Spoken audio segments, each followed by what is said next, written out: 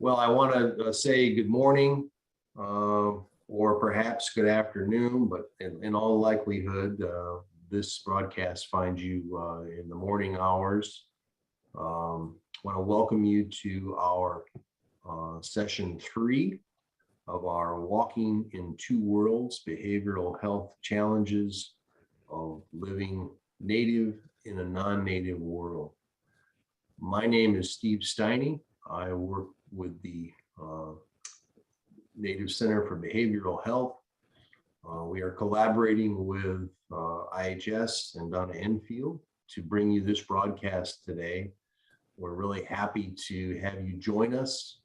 This is part 2 of a series on stimulant use disorders, a continuum of care. And I do see, Jeff, would you just double check and make sure that the waiting room is disabled? I see a participant is trying to join. Yes, it is. Marcella, maybe she's just having difficulty. Right. Okay, thank you. But this is part 2, as I said, of a series, and this is session 3 that we're doing in a longer series of sessions in collaboration with IHS and Donna Enfield with the Bemidji area. So we're really happy to have you all here with us this morning. We've got a fantastic presenter, a colleague and friend of mine, who I'm really thrilled to have with us back. We didn't scare him away last month after the first presentation, so we're happy to have Ed Parsells back with us. I just have a few introduction slides that I want to share with all of you before we settle in and get started. And then I'm going to turn the floor over to Ed so that he can share with you some important information on stimulant use disorders, particularly methamphetamine. And based on feedback from our last broadcast, Ed's focus is really going to be on intervention and treatment. Now, he does have a couple of other pieces that if we have time, he'll share as well on some equine therapy, as well as some traditional 12-step approaches and how that relates to recovery and stimulant use disorders. So if we have time, we'll get to that. Our plan is to make this PowerPoint available to you in a PDF. We're also going to record this event, and you may be able to contact us and we can make that recording available to you. So again, really great to have you all here. I do see a few familiar names, so I'm happy to have you join us. As I said, I'll just go through a few of these slides this morning, and then we'll turn the floor over to Ed. So thank you for being here. Again, this project is supported by the Native Center for Behavioral Health and the University of Iowa. The content is developed by the presenter, and the opinions expressed do not necessarily reflect the views or policies of the Native Center for Behavioral Health or the University of Iowa or the College of Public Health. Following today's events, as I mentioned, we will make available to you the slides for this presentation, and we'll also include some information about how to request NADAC approved or social work approved CEUs for this broadcast. I believe we're offering 1.5 CEUs for today's webinar.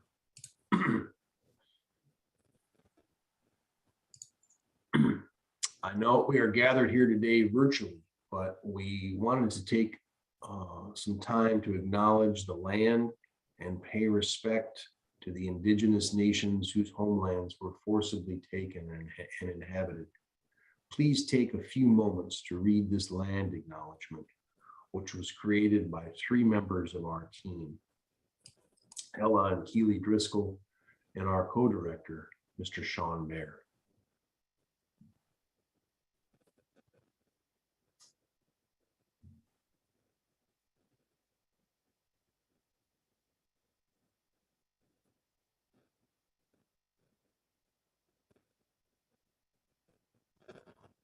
Thank you. Oh shoot, this is doing it again. Darn it. Okay, what did I do there? What did I do? I had this set, Ed. I don't know why it's here. Let me see if I can get this to pop up for me. Sorry about that, folks. I had this set earlier and it keeps whiting it out. I don't know what I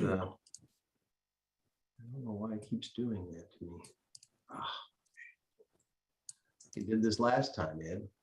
Yep. And, oh, I see. I got it. Sorry about that, folks. Let me see if I can fix this and get that back up. And somehow I ended up taking down my entire share screen. Boy, things were going so well, Ed. Hold on a second. There we go. Now I'm going to try this again here. Are you all able to? You guys probably aren't able to see my screen any longer. Not sure what happened there. How about now? It's just black. Yeah, we're going to There get we this go. back. I'm going to get it back. Here we go. Can you see that? You can see that okay? Yep, we can see Oh, that. great, Thank you. great. For some reason, it keeps whiting out Ed's, and see, this is also not the updated version I had either. So, all right, that's okay. I am really pleased to have with us today Mr. Ed Parsells. He is an enrolled member of the Cheyenne Sioux River Tribe, and he was the clinical director for the Rosebud Sioux Tribe Methamphetamine Rehabilitation Program. He is currently not in that role any longer. He is and has been a consultant with our center here, our Native Center for Behavioral Health, for many years, and has also been part of our advisory council. Really pleased to have him here today. He's also, in a previous life, served as the director of the Rosebud Sioux Tribe's Pia Mani OTP Adolescent Residential Treatment Program, and Ed has his BS degree from the University of Oklahoma, and has also been a licensed addictions counselor, and has provided clinical supervision within the Rosebud Sioux Tribe substance abuse programs. He's also authored the South Dakota statewide Native American Substance Abuse Needs Assessment. He's administered an Indian Health Services grant that mobilized community response teams on 19 reservations to address fetal alcohol syndrome. And he has served, as I said, as a consultant and part of our advisory council for many years, and has been involved in development of a Native American sensitivity curricula. And really, really happy to be here. I could keep going, Ed, but I'll run out of time if I keep going through all of your bio. So Ed has decades of experience working with natives, particularly with substance use disorders and related co-occurring disorders. Really happy to have him here today. I'm happy to call him a friend and certainly a colleague. So Ed, without further ado, I am going to, and that's a great picture, by the way, of Ed fishing. I believe that's one of his granddaughters. So great picture, Ed. Thanks for sharing that with us.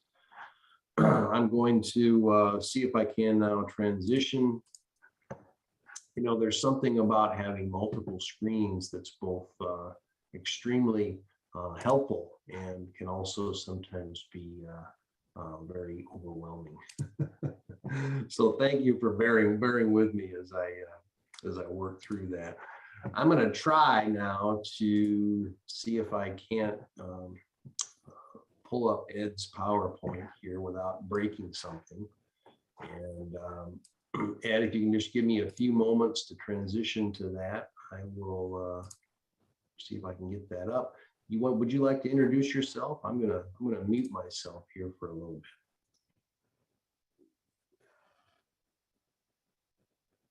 Well, just that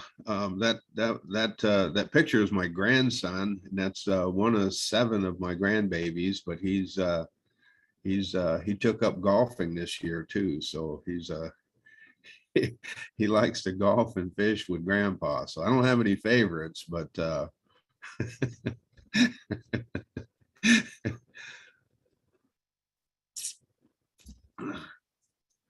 but I do. I know we've got. I did the overview last time, and then there was requests for intervention. So I'm doing a little bit on personal intervention, community intervention. I kind of combine those up front, and then I have a handful of slides on treatment. So I just picked out some of the highlights, but like I said, there's over I think there's 180 slides total for meth use, but I'm just hitting some of the highlights. And then toward the end, if we have time, I want to share a little bit about the equine therapy and also 12-step and how that can be very, very useful. Are we ready to go? I think so, Ed. Yeah, and again, I apologize. I thought that was your granddaughter, but yes, either way, your grandkids, I know, love having you around, and they're very, very happy to have you part of their life. So yes, Ed, can you see that PowerPoint okay? Is that looking okay to you on your screen?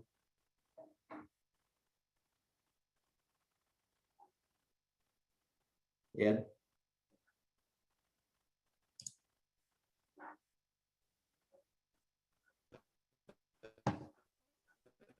Did we lose him?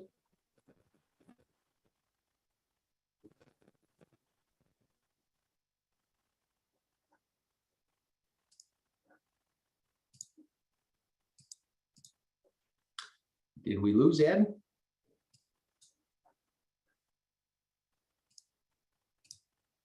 I see him there. Ed, you may be muted. Ed, I think you're muted, and we lost your video. So Can you hear me? yeah, now we can. We lost you. Yeah, we can. We lost you there for a moment. So there, now you're back. Now you're back. Okay. Can you see that screen okay, Ed? Can you see those Yep. slides okay? That's Yep. great. Okay. Well, without further ado, I want to turn the floor over to Mr. Ed Parsells. We've got a lot of information to go through, so we'll do our best to go. Looks like we've got, we're going to try and go till 11 Central Time, or excuse me, is that right? Yeah, 11 Central. So we've got about an hour and 10 minutes in. Okay. Okay.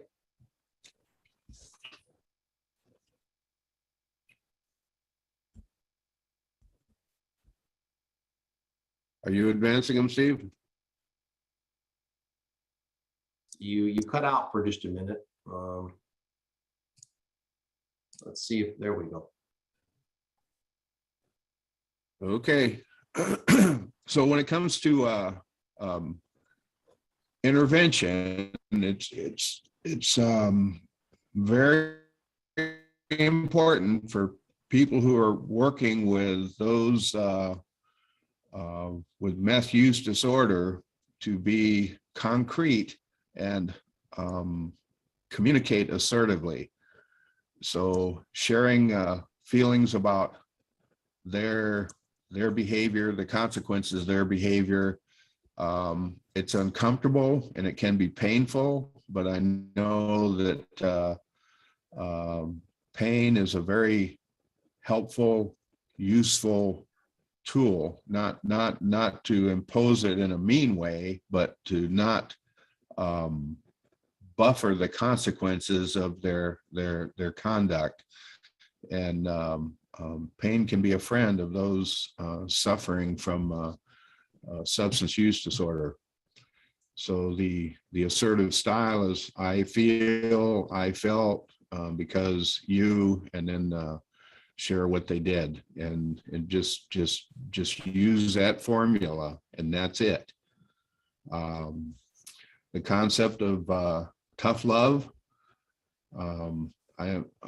it just kind of breaks my heart when families call me and say, you know, Princess is in jail, and what do we do? I'm gonna have to pawn all my jewelry to get her out. And I say, don't do that, leave her in jail. Or they just want to rescue and get them out of jail. And I tell them, I said, I would prefer leave them in jail. Let me work with them in jail rather than to get them out. But families just really don't want to see their loved ones locked up, but it's probably the best place for them. One, they're secure, and two, I'll share more about the process of detoxification, social detoxification from meth, and they need to be in a secure place for that to happen. And then don't cushion the consequences. Taking responsibility to, you know, pay their light bill, give them funds to pay their bills. It's probably not going to go there anyway. And then, you know, don't shelter them if they're involved in criminal behavior.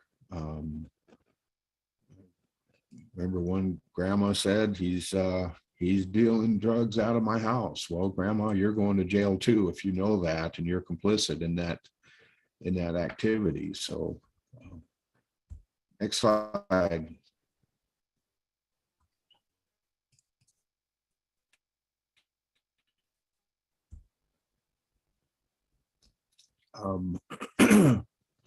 So one of the first things that needs to happen is an assessment, a formal assessment. Treatment needs assessment needs to happen. That needs to be facilitated, make a referral. Based on the assessment, it's going to make recommendations. So treatment options are explored. Where are they going to go? How are they going to get there? Family members can facilitate the transition from jail or home, whatever, into a whatever treatment's being indicated. If it's an inpatient program, I know in South Dakota, I'm not sure, recommends 4 months with a step-down program for inpatient treatment. So then the other one is to impose the consequences for failure for the person to follow through. So sometimes families will make idle threats, you know, and then the person doesn't go to treatment. They don't follow through with you know, completion of treatment or continuing care plan, and families just really hinder and hurt the individual by allowing them to not follow through with what they said they were going to do. Okay, and again, report criminal activity. It's you know, families don't want to do that, but it's probably the best thing that can happen for them. Community strategies, zero tolerance. I know in the Rosebud, we tried. There's legislation, I think a mandatory 1-year jail sentence for any conviction of any meth-related crime, an automatic 1-year jail sentence. But the prosecutor and the public defender's office have found ways to circumvent that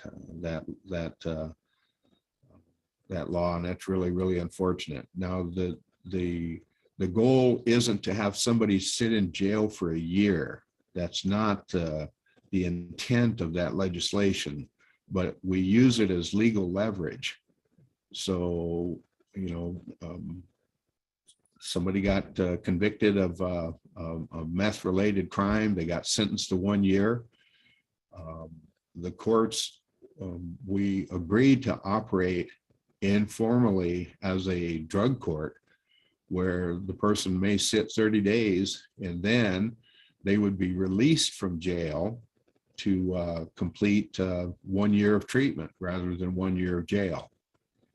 And if they successfully completed, then their record was cleared also. There was no record of the crime. So that was a really, really good system that was put in place.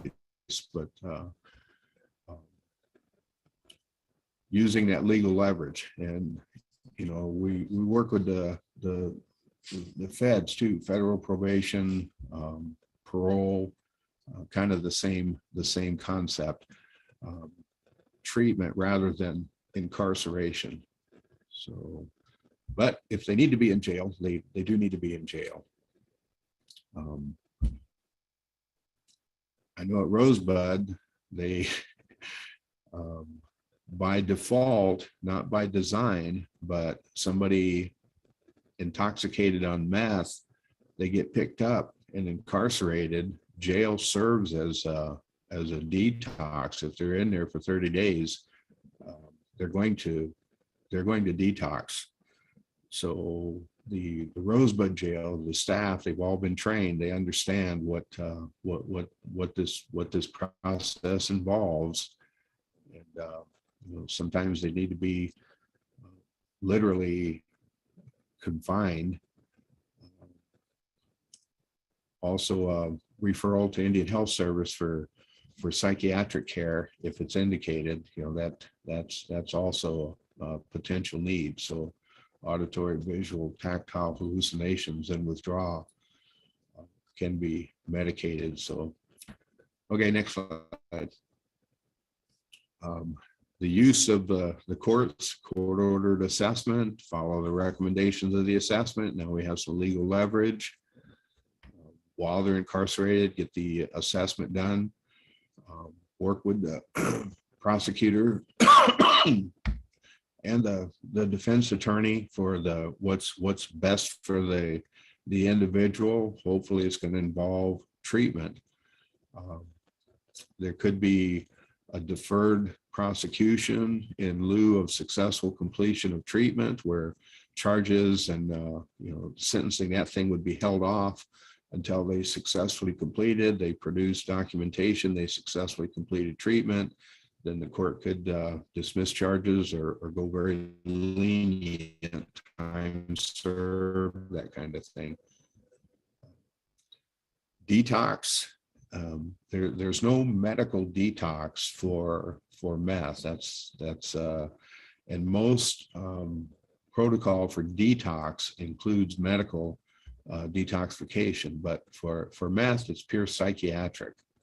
So you potentially going to be dealing with psychosis, cognitive impairment, that type of thing. So there needs to be an evaluation, somebody from mental health who is well versed in meth withdrawal and detox process can evaluate them, screen them, and make appropriate referrals as needed.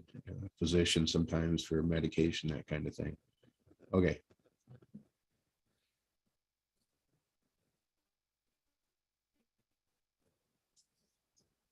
Okay, the concept of novelty. Now, Cardwell Knuckles, a neuroscientist, and he's retired now, but he was a leading expert in the treatment of methamphetamine and opioid as well.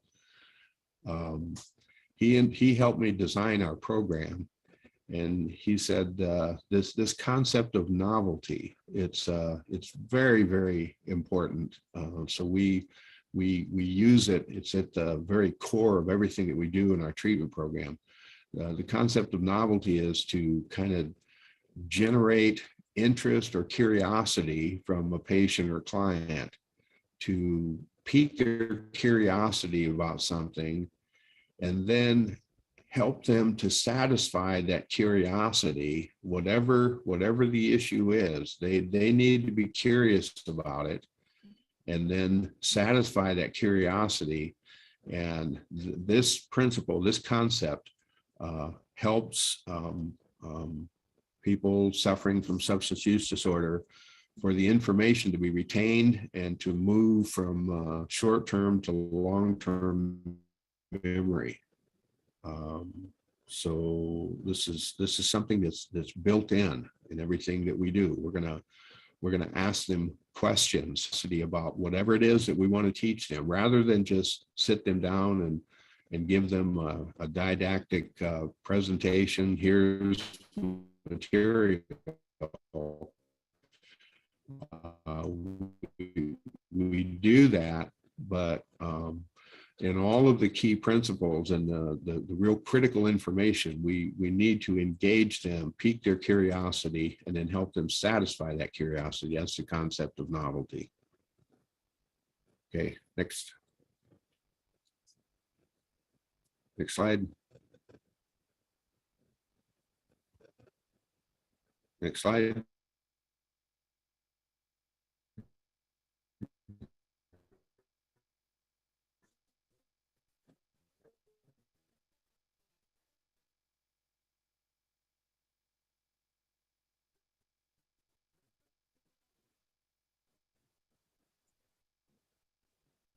And I think you're frozen. Okay. We've lost audio. So when this curiosity, how it works in the brain, there's an increase in activity. So satisfying.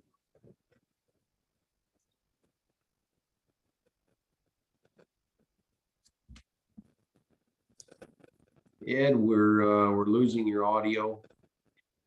Your signal seems to be fluctuating. We cannot see or hear you.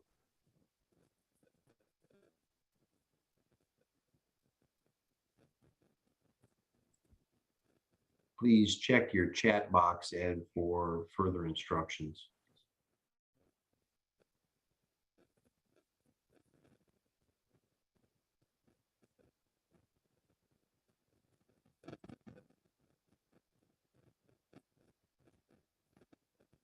Okay. Ed, we're not hearing you. We've lost you. I'm going to have Jeff text you with a call-in number. We are not. Oh, okay. We're not hearing you. We're not. We've turned off your video to try and improve your signal, but we are not. We're not hearing you.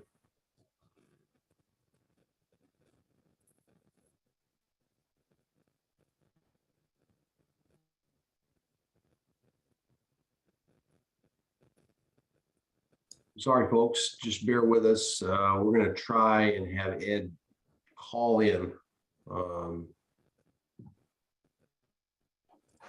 And I'll see if I can, while Ed's doing that, I'll see if I can't at least try and address some of the slides.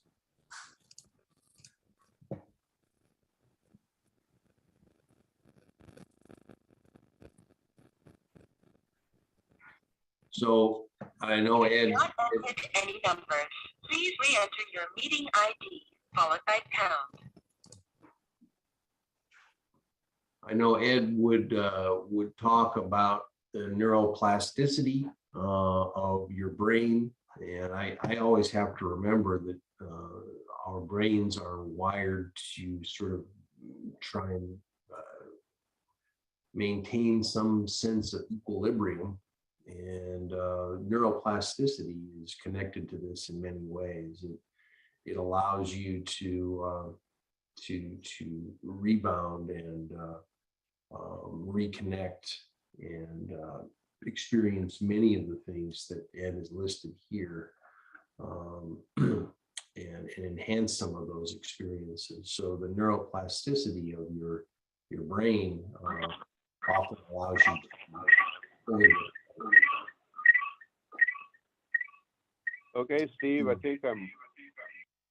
Yeah, you just have to, we're getting an echo, Ed, so you have to turn off the sound on your laptop.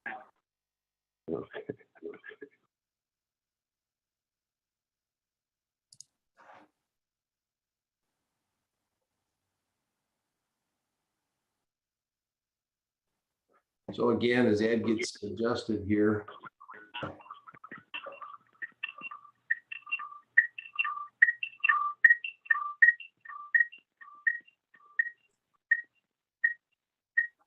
You'll just have to turn off the sound on your laptop. Okay, now how do you do that? You can, it depends on the laptop, but turn the volume all the way.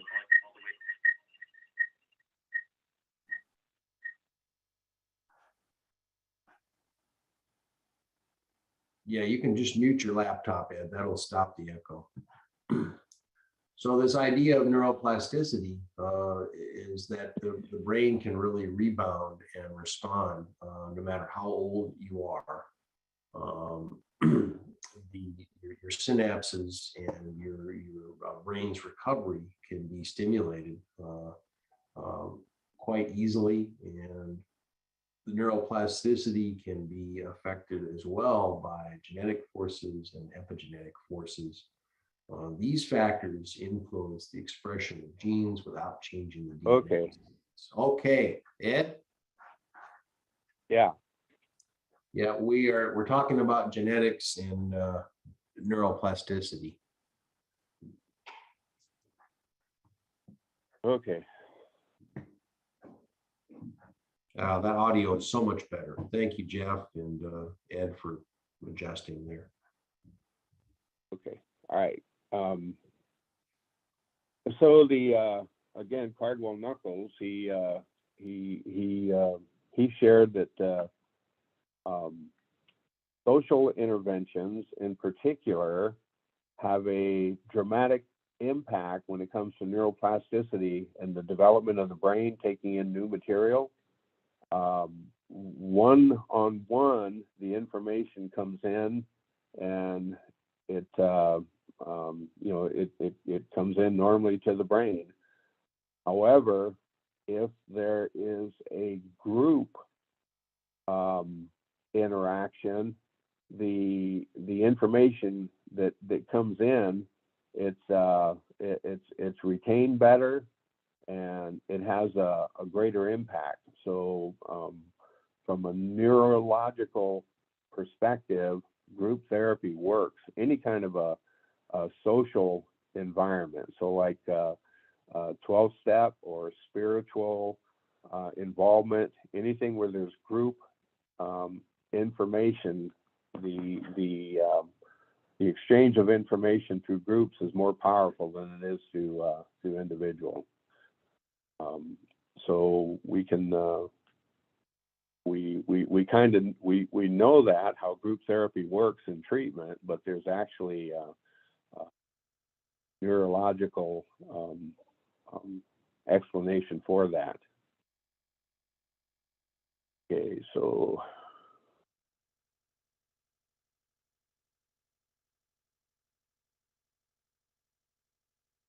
so compared group membership to the number of friends people had, found that having a large network of friends did not predict self-esteem, but belonging to multiple groups did. So groups provide benefits that interpersonal ties alone do not, and namely meaning, connection, support, and the sense of control over a person's life. So again, the concept of group and multiple groups had even more benefit. So if you have group therapy and you have a support group and a spiritual support group, the more groups a person are engaged in the recovery process, the better chances are that this information is going to be most helpful. Okay, next slide.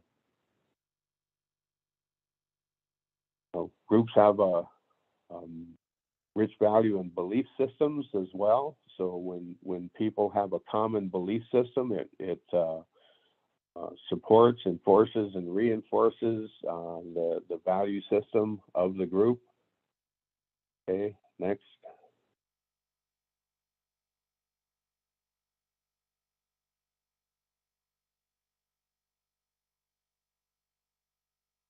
Okay, so when treating math, this two-stage model, so stage one, the occasional drug use becomes increasingly chronic and uncontrolled. The neurobiological source of these symptoms is drug-induced deregulation of the brain's reward center, dopamine. So this is basically the process of addiction, how it progresses and takes control as the brain is literally being damaged by the meth. And then the other dynamic, the stage two, is withdrawal symptoms and persistent vulnerability to relapse because of the cognitive impairment. Reasoning and rationale are diminished as part of the brain damage with meth and other stimulants as well. So you got this stuff.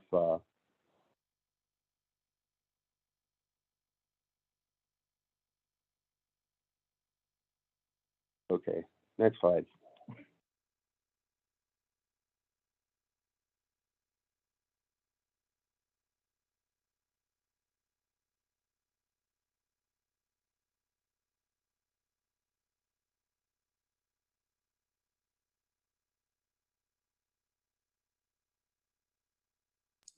I just lost my screen share for some reason, Ed. I don't know what's happened here.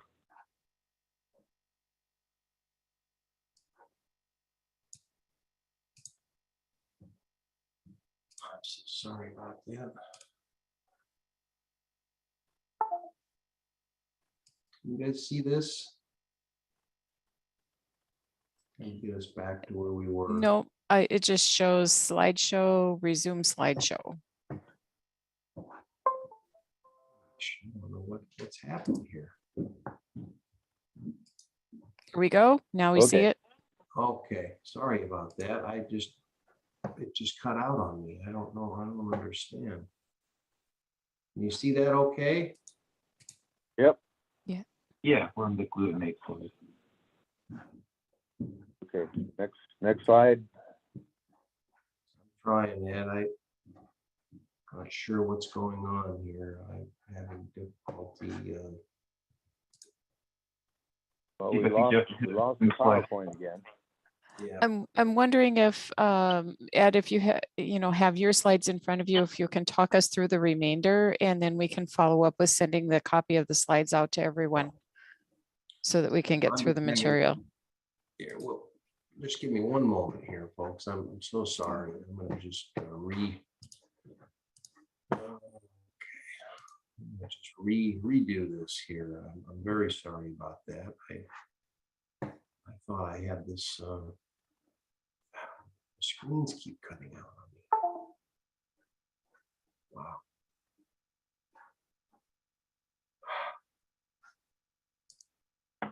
Not sure what to do.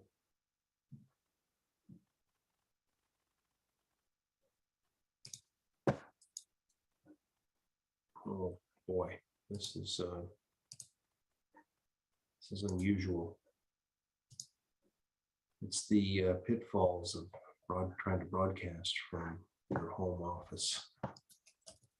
The screens have died on me. I'm not sure what to do.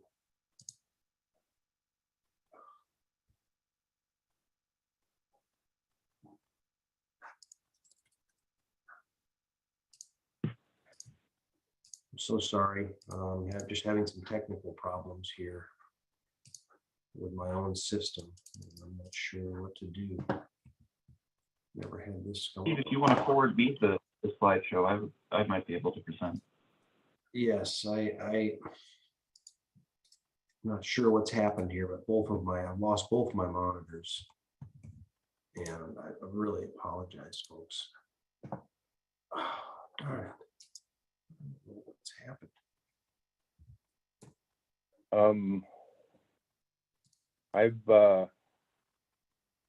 I took down the suggestion, so I have the PowerPoint on my Yeah, desktop. I'm working on getting it back up here, just using my primary screen. I'm just having a difficult time. Maybe even- while Steve is doing that, if Ed, if you want to go ahead and talk through, and then Steve will catch us up on the slides to wherever you are. Okay. So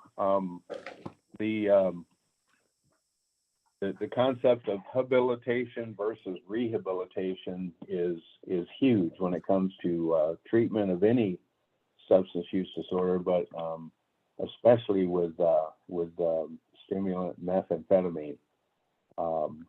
Habilitation versus rehabilitation. So we assess the individual on what type of social skills do they have. Some people were high functioning in society, and then because of the use disorder, their life has deteriorated.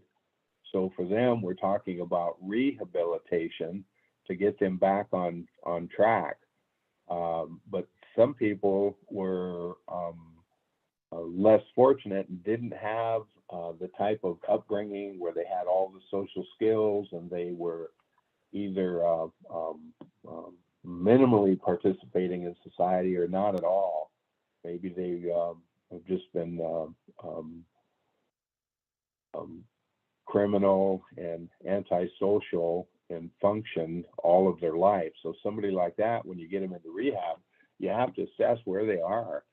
And if they need habilitation, then that becomes part of the treatment plan. So just basics about social skills and communication, honesty, integrity, the values, instilling those, and how they play out in a practical way. So this is something that needs to be into consideration.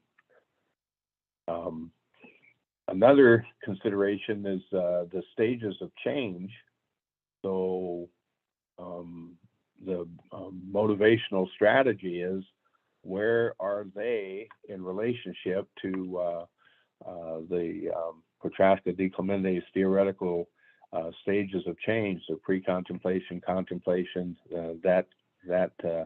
and then how do you motivate them from one stage to the next? So that's something that we use also in our treatment program. Another consideration is the historical trauma, childhood trauma. So this something that was published: 44% of women, 24% of men entering treatment for meth report childhood sexual abuse. So if you have this running in the background, this it isn't something that you just ignore and try to put frosting on a mud pie. Basically, this needs to be addressed in some way, shape, or form. It's what I love about rational emotive cognitive behavioral therapy. It gives you a format, a method, and a mode in treatment to address that. 32% of women, 34% of men report childhood physical abuse, and then 56% report parental alcohol or drug problems. Now, with the parental alcohol and drug problem, it's not, you think, well, so the parents modeled, this using behavior, but the the bigger issue is the dysfunction and the philosophy of life that accompanies that. That's what's being modeled for these children. So, and it could be multi-generational. So we have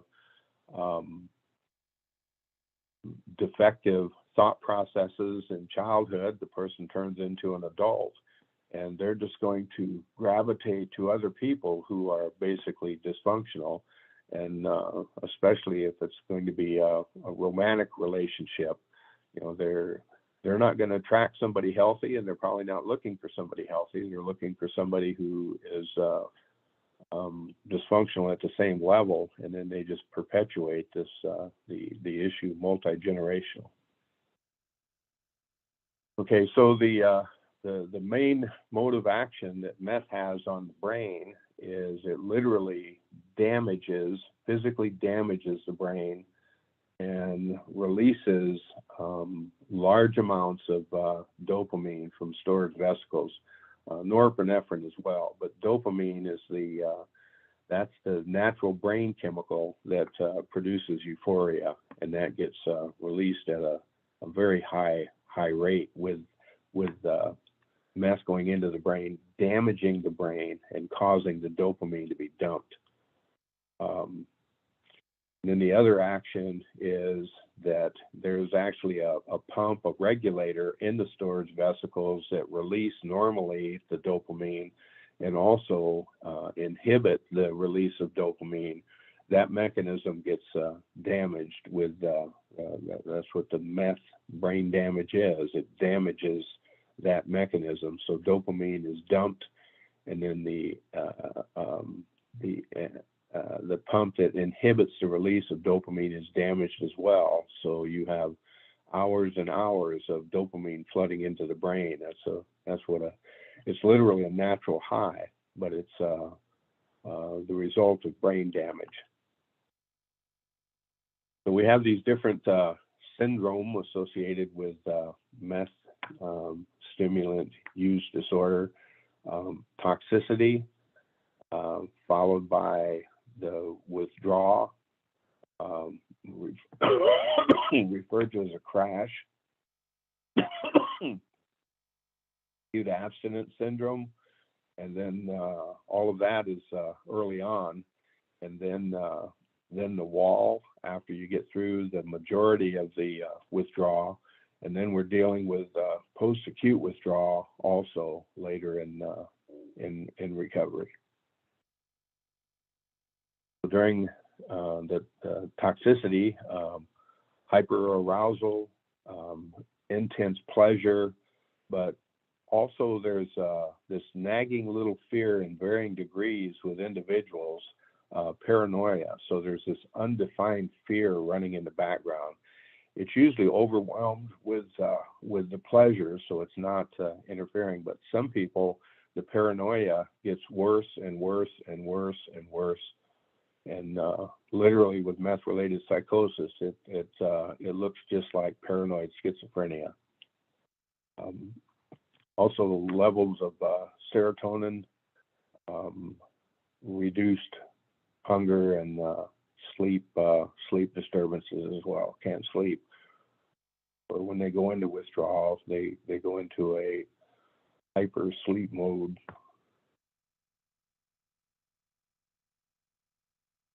The paranoid psychosis associated with meth intoxication could produce homicidal, suicidal thoughts, rage, violence, and then you got cognitive impairment. So the mechanisms in the brain that regulate your inhibition are damaged. So you potentially have somebody who could be extremely out of character with violence and aggression.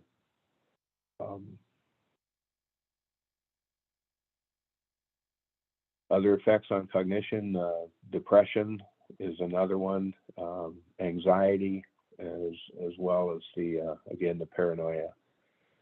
Meth is going to damage the vascular system. So one of the main causes of death is going to be heart attack or stroke, brain aneurysms, that type of thing, because of the effect meth has on the vascular system.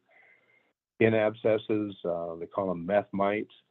They'll hallucinate. They can feel things crawling on them, and then they burrow into their skin as what they perceive, and then they'll start picking at those hallucinations. So if they get a scab going, then they'll continually pick that scab. It could get infected. So they call them pickers. You see them with either on their arms or their face. They have sores. There's a hypersexual subculture associated with meth stimulant use. So we have increased risk for hepatitis, HIV, and sexually transmitted diseases.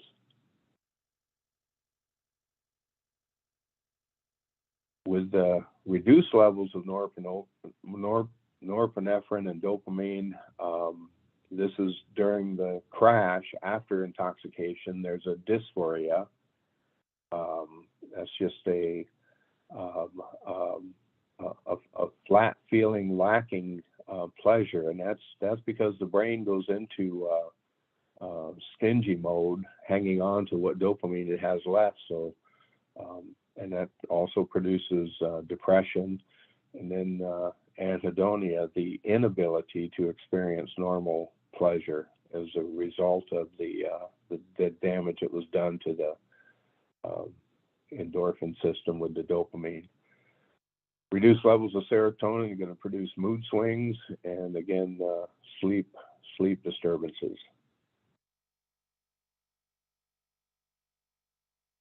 The acute abstinence syndrome, immediately following the severe withdrawal, usually 3, 5, 10 days, and then beyond that, we have a continuation. It's like a protracted withdrawal, dysphoric mood, the anhedonia, fatigue, vivid dreams is what they describe. Now these aren't like everybody knows what a dream is. You wake up and, oh, that was kind of an interesting experience while I was sleeping.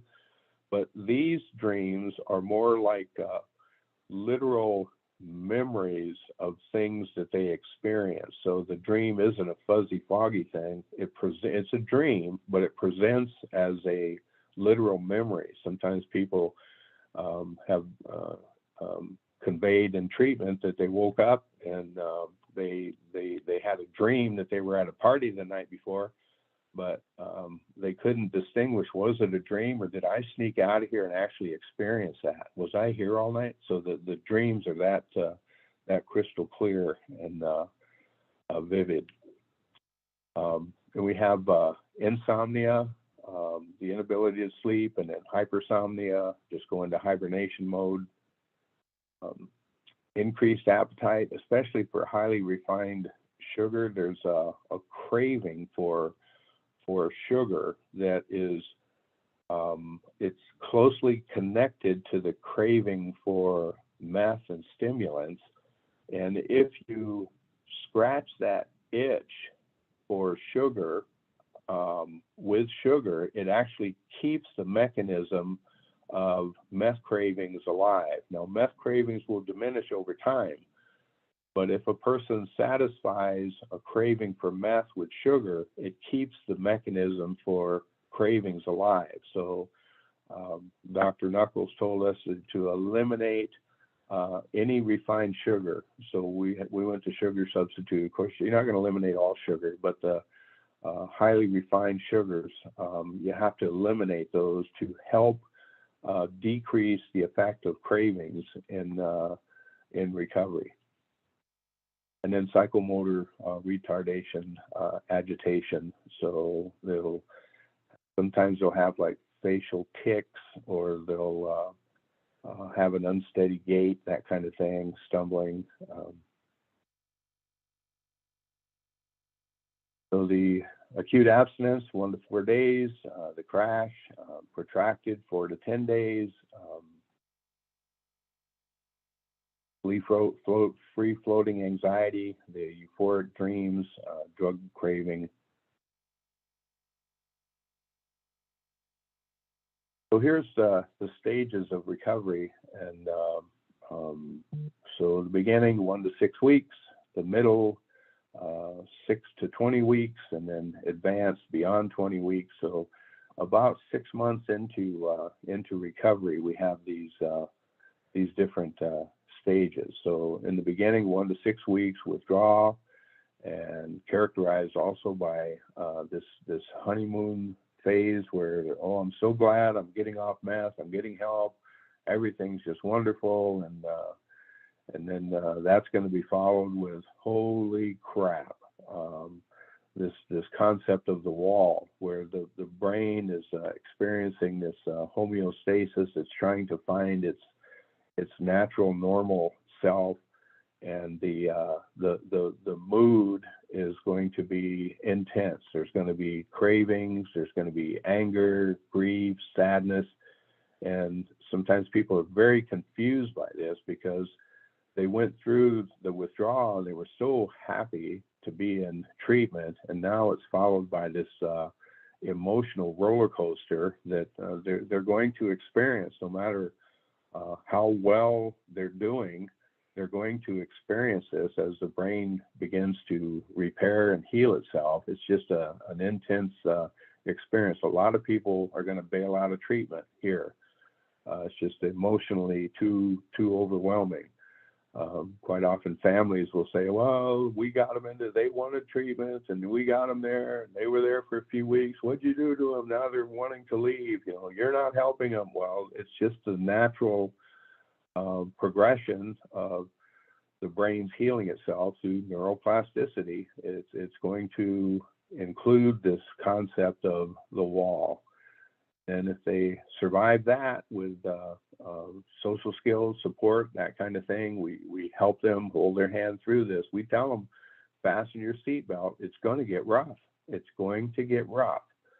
And they're all saying, oh, not me, not me. And then it hits, and then they got paranoia. They got bouts and episodes of severe withdrawal that just hit out of nowhere. Cravings, overwhelming. We tell them to ride the wave when it comes to craving. The craving is going to pass. You're going to get through that. Just experience it in all of its intensity. But with self-talk, you ride the wave and it's going to go away. So we teach them, how to do that.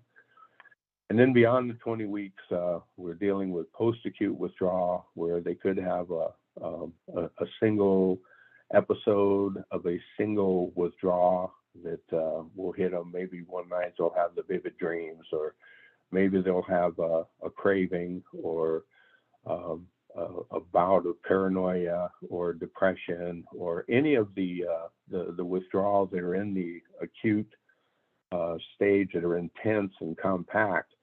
Later on, they'll have bouts and episodes. Usually they're lower level, but they're still there, and it can be very confusing. I thought I was in recovery. I thought I was beyond this. Well, we tell them 1 year of treatment and potentially up to 2 years, you're going to be dealing with post-acute withdrawal. So again, in the honeymoon phase, it can produce overconfidence, difficulty in concentrating, memory problems, intense feelings, mood swings, but they're usually just motivated for treatment and happy to be engaged in treatment. So that overrides this stuff that's going on. But then the wall, they're going to relapse in their mind, returning to old behaviors, the dishonesty, the manipulation, sneaking around, that type of thing. The emotional mood swings are pretty intense. Cognitive impairment, unclear thinking, cravings, irritability, abstinence violation. They're breaking rules. They're testing the boundaries, and all of that. This is all the stuff that goes on during this what's considered the wall. And managing this, either outpatient or inpatient, they need to understand what this is and give them instruction to use self-talk and other means and mechanisms of support to get through this. And then the post-acute withdrawal, sensitivity to stress, could last for months or more into recovery. for meth post-acute withdrawal, typically 6 to 20 weeks, they're going to experience these bouts and episodes of withdrawal. It's called post-acute withdrawal syndrome.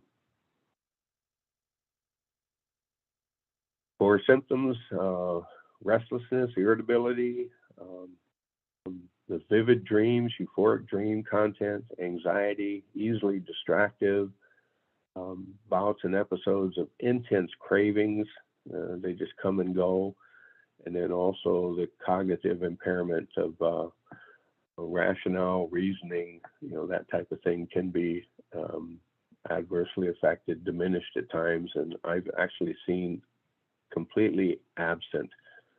I remember one individual, he wanted to argue. He could not hear a thing I said. He just wanted to argue and was acting all oppositional, totally out of character. He'd been doing well in treatment, but he just got hit with this bout of cognitive impairment. So we help them get through those things. Rehabilitation, relationships, as well as spiritual relationships, spirit relationships, if they're engaged in some type of a spiritual belief system. That's very important that they look to that internal source of guidance. Their own conscience gets calibrated in a good way. Education, management of cravings and post-acute withdrawal. Nutrition is extremely important. They have to, the neuroscientist says when you're feeding them 3 square meals a day of healthy nutrition, low sugar content diet, that's going to aid in the recovery process. And also scheduled sleep and wake time, it has to be imposed. The brain is going to recalibrate its natural clock and its natural rhythms, but that has to be imposed because it's all out of whack when they coming off of meth. And potential pharmacology, if they're experiencing meth-related psychosis, we're gonna medicate that as needed with a doctor, psychiatrist is going to be making recommendations for.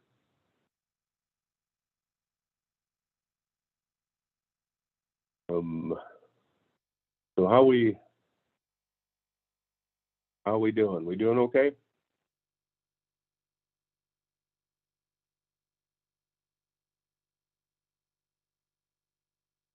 Yeah, it looks like we have about 25 minutes left. Okay, all right. I just got the slide presentation on mine, and I'm just going through here, just checking in. So, okay. I think we're doing okay.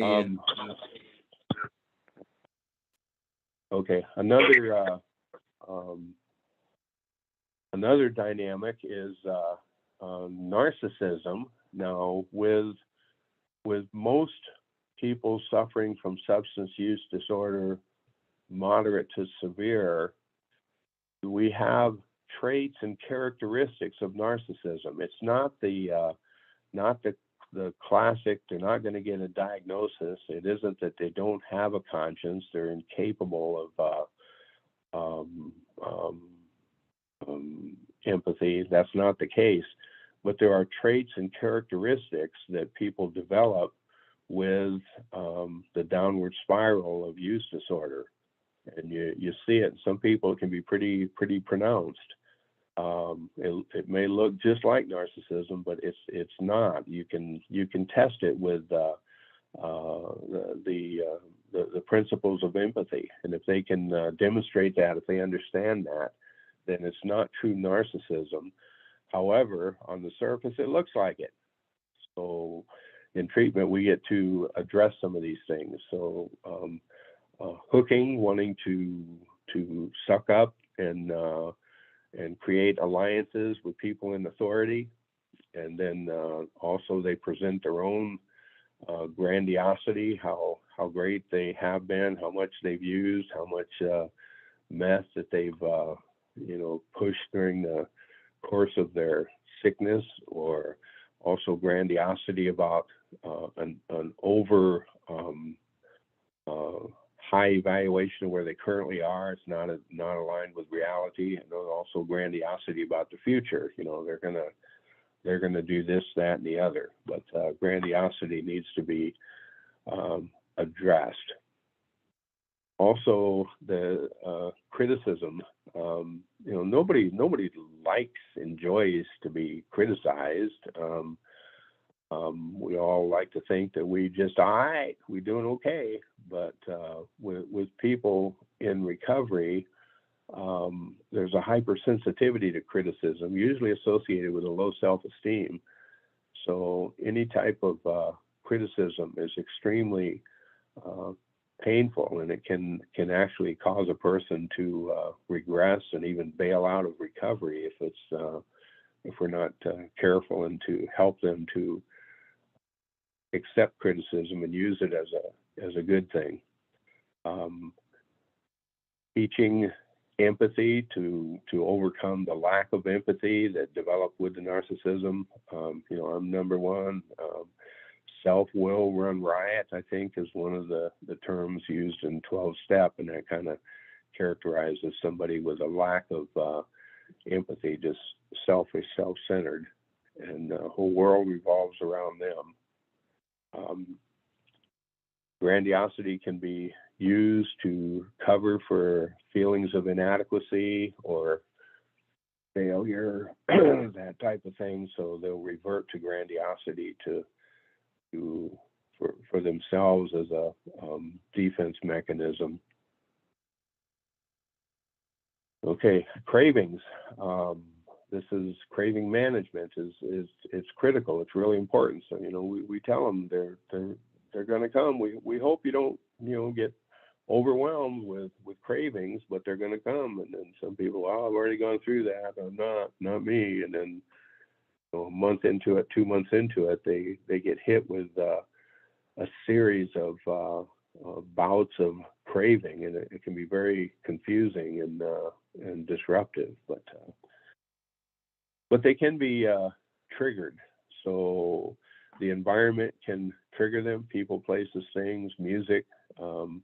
We went on a outing from Rosebud to Rapid City, and the guy lived in Rapid City, and we accidentally took him through some of his old stomping grounds where, you know, he did all of his use. And by the time we got back, he was a basket case, and we had to work extensively with him because of what we exposed him to, just taking him through his old playgrounds.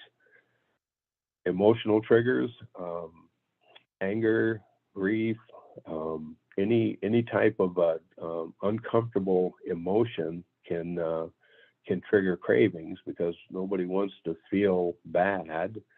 Everybody wants to feel good, and meth and stimulant, other drugs can make you feel good instantly. So when you're having these feelings of uncomfortable feelings, it can trigger cravings to use, because it's an instant cure for the discomfort of painful or uncomfortable emotions. And then the whole acute abstinence syndrome with all of that. Stress also can trigger cravings. Other triggers, the presence of alcohol or drugs. People who are currently using alcohol and drugs, how they act and interact. People in recovery say, my goodness, you know, I didn't realize how badly my friends act, and see active users, but that can also trigger their own cravings to use. And then again, the places, the emotions, boredom, loneliness, fear, anxiety can all trigger cravings. Other situations, payday, just getting paid, can be a trigger, or a major accomplishment that produced euphoria, unfortunately, can produce triggers for cravings. Sexual activity, again, the high associated with meth, like the one guy, he described it. He said it's like having from the tips of your toenails to the tips of your hair, a total body orgasm. That's how he described the rush, the blast, the initial onset of euphoria by meth, and it almost feels orgasmic. So sexual activity can trigger cravings for meth. Physical pain. I don't like feeling bad. I don't like hurting. I want to feel better. That can trigger mood altering prescription drugs, especially anything that may contain stimulants is going to be a trigger, but others also, anything that are mood altering, produce euphoria, narcotic or pain relievers, that type of thing. Gabapentin is one of the favorites. Mood stabilizer also medicates pain, but that's a favorite to abuse in place of meth, but it also feeds the addiction. Complacency, getting slack, lazy, sleep disturbance, insomnia,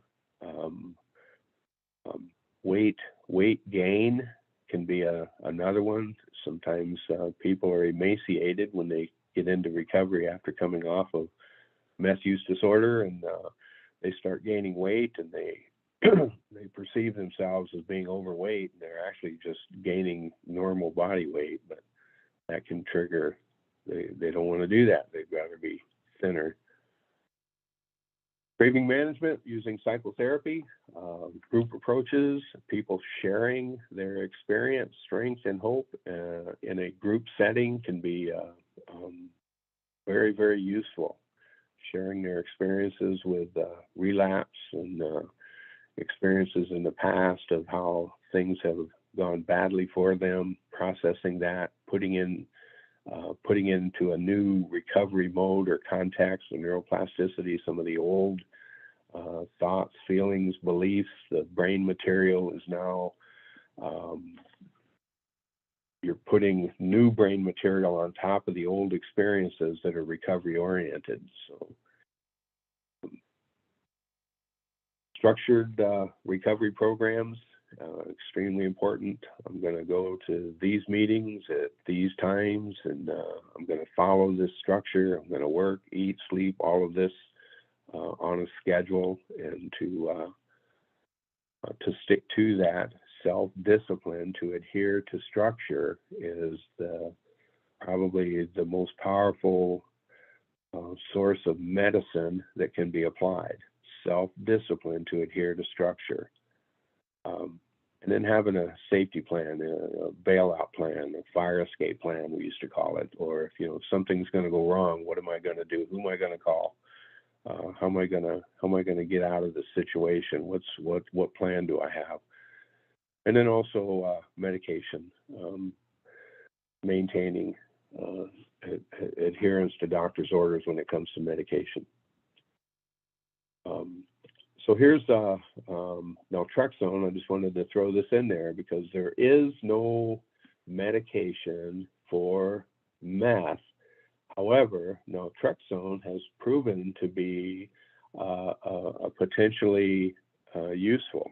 So in this research, 22 men and 8 women used meth, average 3 to 4 days a week during a 4-day hospital stay. Each person was given Naltrexone for the first 2 days, 50 milligrams on days 3 and 4, or there was a control group and they were given a placebo daily. 10 days later, they were readmitted to the hospital 4 more days. Those who'd taken the Naltrexone earlier were given placebos and vice versa. So this is a controlled study that was done. On the last day of each hospital visit, all participants were given intravenous doses of methamphetamine in this study. 3 hours later, the researchers asked how they felt and how much they wanted the drug. The scientists found that Naltrexone significantly reduced the subject's cravings for methamphetamine. And that it actually had a diminished effect on them because of the naltrexone. Heart rates, pulse readings were significantly higher to those given to placebos than those who took naltrexone. In addition, participants taking naltrexone had lower heart rates, pulse, and when they were presented with paraphernalia. So here's a published research on the potential positive impact of using naltrexone in recovery. Nikki, recovering from methamphetamine use disorder, got her first paycheck. She cashed her check, cruised through the neighborhood where she used to score dope. Rock music blared from her speakers. Soon she was thinking, I worked hard all week. I deserve a little fun. So here's, again, for relapse prevention and self-talk and self-discipline, people, places, and things, we may need to be aware of that and not expose ourselves to those things, or if we do, we need to have a safety plan to counteract them. And then inpatient, you're on a set schedule, but in outpatient, you have to self-discipline to create a schedule and adhere to it. And a lot of people don't have experience in living a drug-free lifestyle, so I call it putting on the training wheels. And those training wheels can represent a lot of different activities and things to take care of. So last night I had a dream that I was getting ready to shoot dope. It was all on the table in front of me. It was like 5 minutes before I knew it was a dream. Congratulations on not using. Tell the group what you did to deal with the craving. I went to the kitchen, wrote in my journal everything that happened, and then I said a prayer. So there's one scenario, somebody in recovery. What else could have been done? I know I can always call my sponsor, spiritual leader. I can also read from a book on recovery, affirmations. Make a safety plan from what you've discovered. On the back of an index card, come up with a saying, a prayer that gives you comfort and strength. These 3x5 index cards, Dr. Knuckles was extremely, he said, here's a physical little first aid kit that people can have with them for recovery. And it's just taking that action and implementing it can literally prevent relapse. Cognitive deficits and chronic drug abuse. Withdrawal produces cognitive symptoms with cocaine, cognitive flexibility. With amphetamines, it's deficits in attention and impulse control.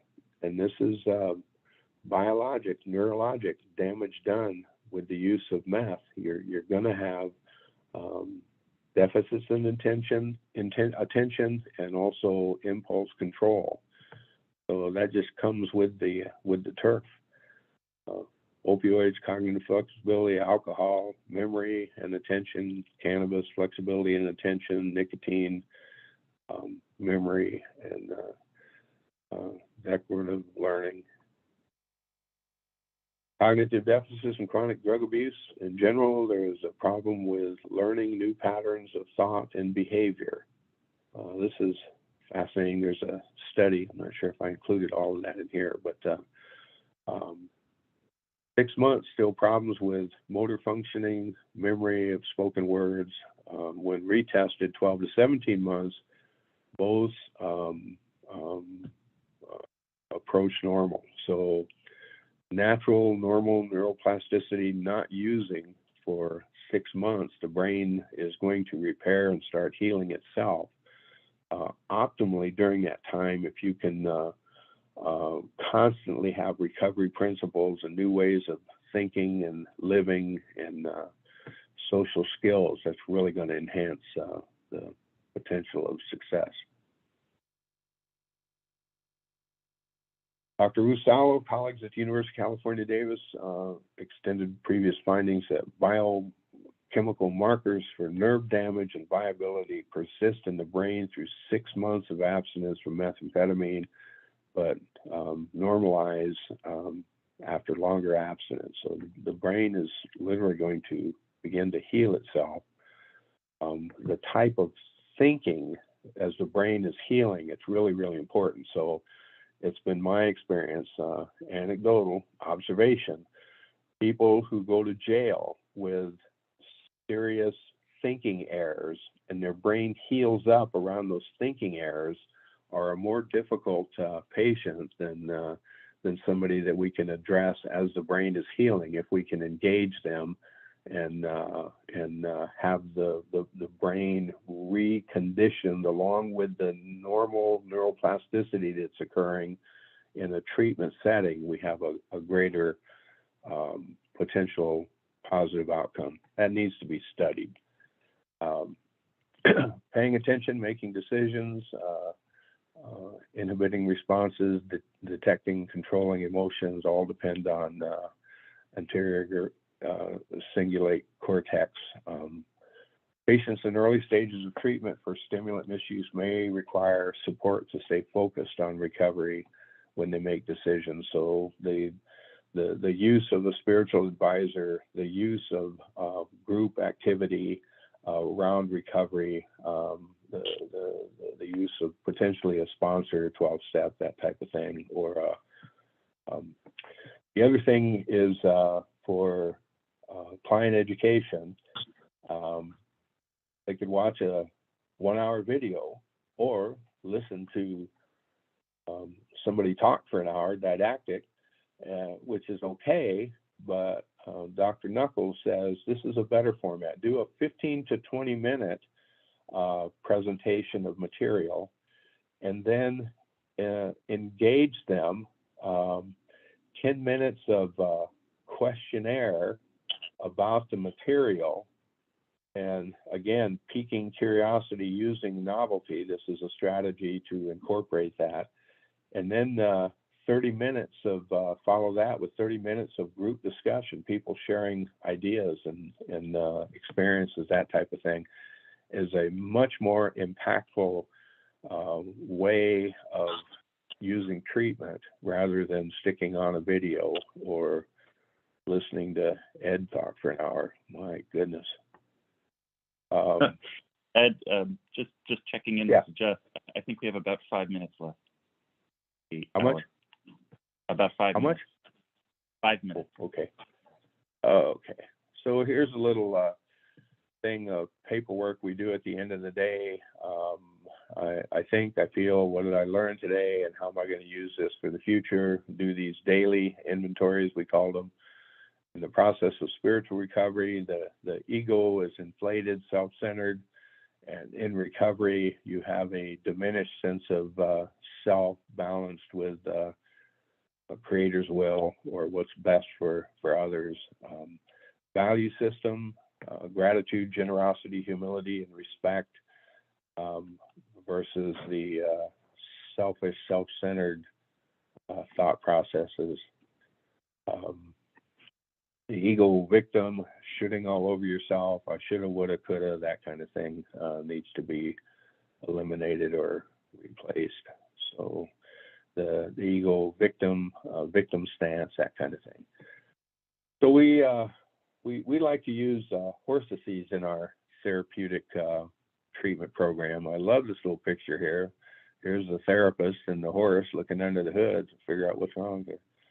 We have horses. We use experiential therapy, rational, emotive, cognitive, behavioral, motivational interviewing, and equine therapy. Here's our co-therapist. Talk about the values. We have activities that introduce, enforce, and reinforce traditional native values. So anyway. Questions, comments, debate?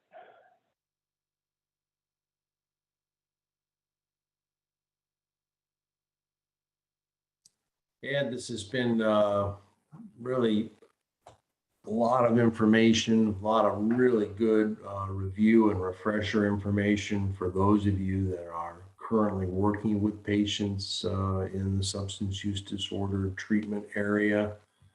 We are going to make this PowerPoint available in a PDF format, and we'll reach out to you via email regarding CEUs. If you would like CEUs for this broadcast, you can request either social work or NADAC approved substance use abuse related CEUs. But I want to thank Ed and Jeff for stepping in to help out.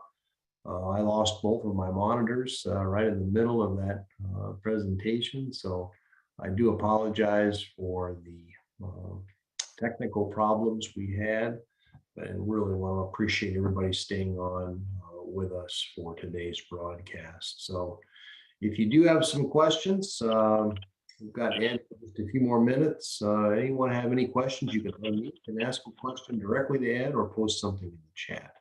Thank you.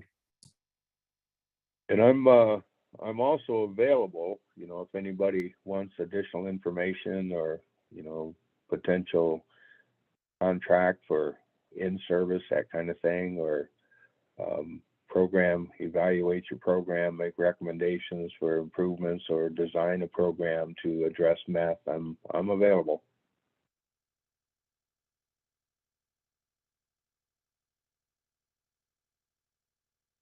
I actually just have a brief question, Ed, if you don't mind. I'm just curious how this equine-assisted therapy started.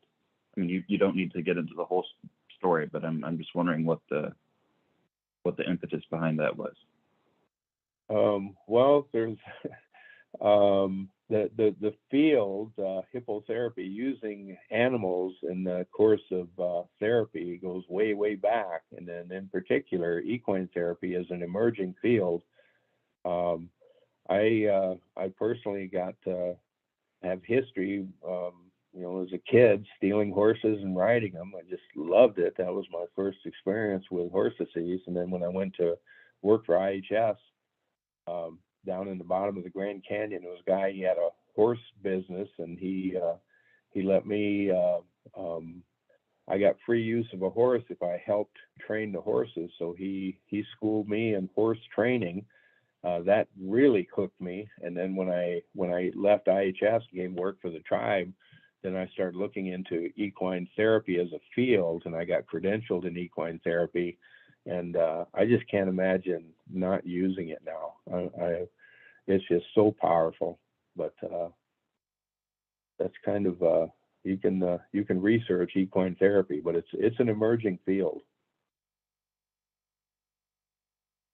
Very powerful way of, and of course, Native Americans. If you're Native Americans that are of a horse culture anyway, it's just a natural fit. And we've got all kinds of activities. I've got 7 Lakota values that we built equine activities around. So we're going to interact with the horse for about 45 minutes, and then we're going to have a 1-hour group counseling session after that to process what happened in that ground pen with those horses. It's very powerful.